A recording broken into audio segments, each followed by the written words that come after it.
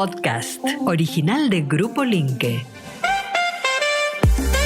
Nordeste Podcast. Los mejores momentos de la radio de tu vida. Nordeste y vos. ¿Conectados? Siempre.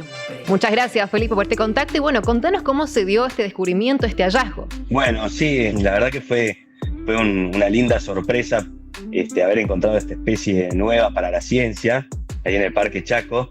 Y esto empezó hace 2 años atrás, cuando un amigo que trabaja en aves, estaban haciendo un trabajo ahí de noche, haciendo avistamiento de aves, y de repente al costado del camino, dentro del parque, encontraron unos peces que estaban ahí al borde de la muerte porque se estaba secando el charco y de donde vivían estos peces. Y entonces él le sacó una foto a los peces, me los mandó por WhatsApp, y cuando yo vi la foto le digo, mirá, la verdad que es realmente sorprendente porque los peces estos no coinciden con ninguna de las especies que tenemos conocidas de este grupo de peces, digamos. ¿Sí? Entonces tenían realmente algunas características de coloración muy particulares que eran únicas y diferentes a todas las especies conocidas. Y a partir de eso, rápidamente organizamos una expedición ahí hacia el Parque Chaco, y un par de días después ya estábamos ahí tomando muestras y colectando estos peces, y efectivamente llegamos a la conclusión de que claramente eran una especie todavía no conocida para la ciencia, y a partir de eso hicimos un trabajo científico en el cual describimos esta especie y le pusimos un nombre, ¿sí? Claro. Felipe, ¿cómo es el ciclo de vida de este pez? Bueno, estos peces tienen una característica muy particular, que es que viven en ambientes temporarios, en charcos temporarios que se llenan con el agua de lluvia y después se van a secar completamente en una parte del año y los adultos mueren. De hecho, eso fue lo que mi amigo justo encontró en el momento que se estaba secando el charco, y encontró a los adultos muriendo. Pero ¿cómo sobreviven estos peces? Gracias a que tienen huevos de resistencia a la desecación que quedan enterrados en el barro. Después ese barro se seca, queda la tierra, y pueden quedar en la tierra enterrados durante meses, incluso años. Cuando llegan las lluvias y esos charcos se vuelven a llenar, esos huevitos que quedan ahí en el barro durante meses, eclosionan y salen los pececitos y ahí completan su ciclo de vida. Entonces eso es muy, muy particular de este grupo de peces, que hace que puedan vivir justamente en estos humedales temporarios, ¿no? Exactamente, que lo hace, por supuesto, como su característica bien lo define, algo único. Ahora, si hablamos de tamaño, ¿qué tamaño representa este pez? Bueno, eso también es otro de los aspectos interesantes. Son peces relativamente pequeños, ¿sí? En general las especies de este género alcanzan entre 10 y 15 centímetros de tamaño máximo, de largo, o sea que son relativamente chicos, pero lo que es interesante es que en realidad, comparado con todos los peces estacionales que hay en el mundo, que básicamente están en África y en Sudamérica, la mayoría de los peces estacionales son muy pequeños y alcanzan solamente 3 centímetros o 4 o 5 como muchos centímetros de largo, son realmente muy chiquitos. Es decir, que estos peces, si bien son chicos, son en realidad como unas 2 o 3 veces más grandes que sus parientes más cercanos, ¿no? Uh-huh. Y eso tiene que ver con que estos peces particularmente se han adaptado para poder comerse a otros kilis estacionales. Justamente en estos charcos uno puede encontrar más de una especie de este tipo de peces viviendo juntas. De hecho, en este caso nosotros encontramos unas 5 o 6 especies en un mismo charco. Y estos peces son justamente los más grandes de estos kilis estacionales y se comen a los otros kilis que son más chiquitos. Entonces, evolutivamente, este grupo, digamos, adquirió esa ventaja evolutiva y se volvió depredadora de sus otras parientes, digamos así.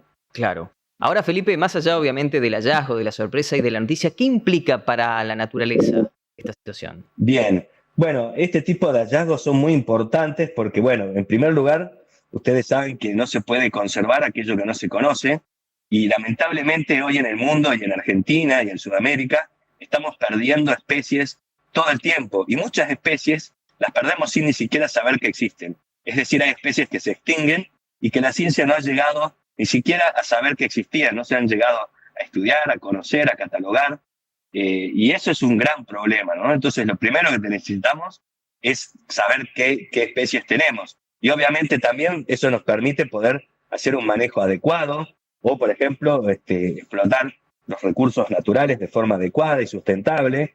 poder obtener, por ejemplo, medicinas, etcétera. Y para todo eso es imprescindible conocer la naturaleza, ¿no? Para poder usarla de forma adecuada. Estos peces, por ejemplo, con estas características que yo les contaba de su biología tan particular, como que viven en estos ambientes temporarios, tienen que hacer todo su ciclo de vida sumamente rápido, porque ese charco se va a secar en cuestión de semanas o como mucho meses, el charco se seca y los peces mueren. Entonces, al hacer todo su ciclo de vida rápido, son muy interesantes justamente porque estudiando esas características de su biología podemos generar aplicaciones, por ejemplo, en biotecnología, en medicina, etcétera.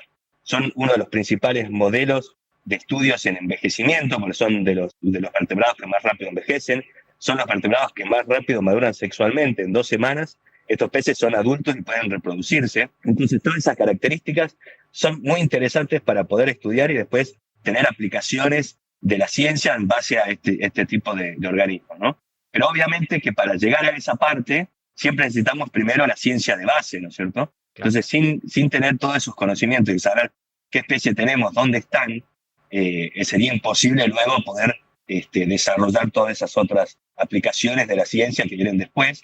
Y también, obviamente, estos peces, por ejemplo, son importantes porque en esos ambientes donde viven hay, por ejemplo, mosquitos, y muchos de estos peces comen mosquitos. Entonces, también brindan lo que se llaman servicios ecosistémicos, que es decir, que los organismos y la naturaleza nos proveen de agua, por ejemplo, limpia, de aire, de un montón de cosas que nosotros necesitamos para vivir y necesitamos una naturaleza saludable para poder vivir. Entonces es muy importante poder también valorar y conservar esa naturaleza. Uh-huh. Bien decías, ¿no, Felipe, que este ciclo de vida tienen que hacerlo todo rápido? ¿Sería una de esas las amenazas, si se quiere, que están atravesando estos peces o si también enfrentan otras amenazas externas para poder de alguna manera proteger a esta especie? Bueno, este grupo de peces en particular están muy amenazados, tanto a nivel de Sudamérica como en Argentina. Se ha estimado que en Sudamérica más o menos la mitad de estas especies están en alguna categoría de peligro de extinción, o sea que hay algunas especies incluso extintas, y acá en Argentina más o menos la mitad de las especies que hemos estudiado nosotros y que hemos evaluado están también en categorías de peligro de extinción, ¿no es cierto? Es decir, que es un grupo muy amenazado y eso se debe principalmente al ambiente que habitan. Estos charcos temporarios que, por ejemplo, típicamente uno puede observar a los costados de la ruta, cuando uno va por la ruta y ve esos charcos que se llenan con la lluvia, seguramente ahí en esos charcos va a encontrar quilis. Y esos charcos, que son muy poco profundos, a veces tienen 15, 20 centímetros de profundidad, son muy fácilmente modificables por el ser humano, sobre todo cuando se genera la expansión de la frontera agropecuaria, por ejemplo, para plantar soja, etc. Entonces estos charcos realmente se eliminan muy rápidamente porque es muy fácil pasarle una topadora por encima, rellenarlos o directamente drenarlos. Entonces es uno de los tipos de ambientes que más se han perdido en el mundo, no solo en Argentina, son los humedales temporarios. Y las especies que lo habitan, por ende, son muy frágiles y muchas están muy amenazadas. De hecho, estas especies están muy adaptadas y dependen exclusivamente de esos ambientes. No las vamos a encontrar en los ambientes de agua permanente, como un río, como una laguna. Entonces, necesitamos proteger esos ambientes para proteger estas especies y toda la comunidad de organismos tan particulares que viven ahí y que, para colmo, son ambientes con una gran diversidad y muy importantes para la salud humana, ¿no?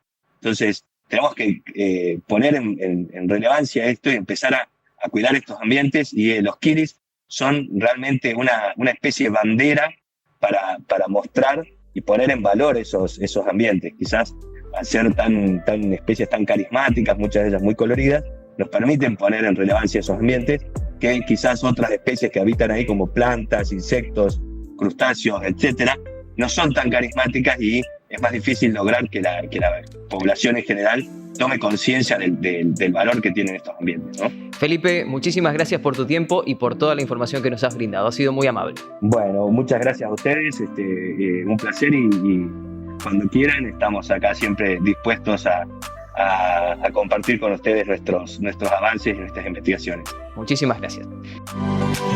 Fue una producción de Grupo Linke. Recordá que podés escucharnos en 95.7 y 102.7 en Resistencia. 102.7 Corrientes. A través de la web www.radionordeste.com.ar. En todas las redes, Nordeste Play OK. Gracias por escucharnos. Nordeste. La radio de tu vida.